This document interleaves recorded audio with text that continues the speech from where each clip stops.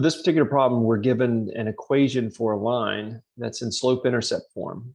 And slope-intercept form makes it really easy to determine the slope and the y-intercept, just like the problem's asking for. Now, what we have to remember with slope-intercept form is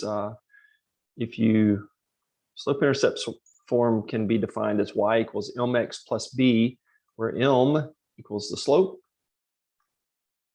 and b equals the y-intercept. So to answer these two questions here, that's really simple. The slope for this particular equation is just 3, and the y-intercept is a positive 5. Now, in order to graph it, though, like it also asked us to do, we have to remember what slope actually means. Slope means rise over run.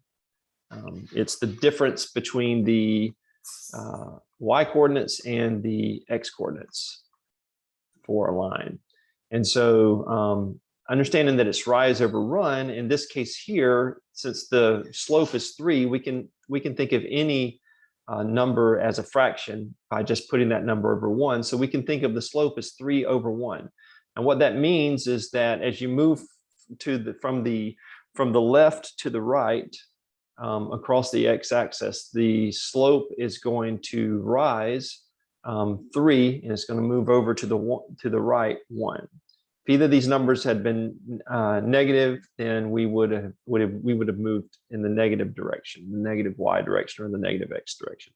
But in this case, both numbers are positive, and so all we simply have to do is put the y-intercept. That means that's the point at which it crosses the y-axis, and for our particular problem, that value is 5.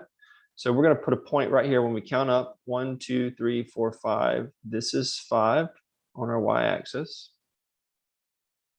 And so we have the option now of just going up 3 from there. Like I said, let me try to draw this a little bit clearer. So 1, 2, 3, we go up 3, and then we go over 1. So if we draw another dot right here, let me make it a little bit higher, another dot right there. If we draw a line through that, that is the equation for our line. So it would look like this.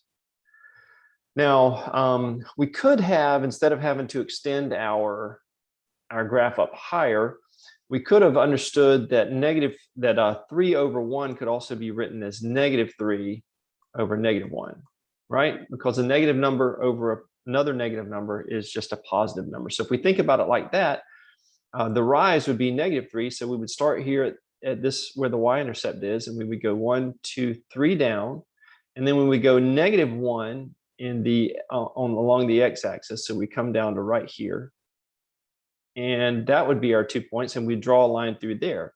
It doesn't matter which way you go. Notice that the line is still the same. My drawing is not quite accurate. Let me see if I can make it look a little bit closer. That's close right there. Right, that's just because my graph it's evenly spaced, but the line actually goes through all 3 points. So you could have done it either way and drawn the line, and that would have satisfied what the problem's asking for.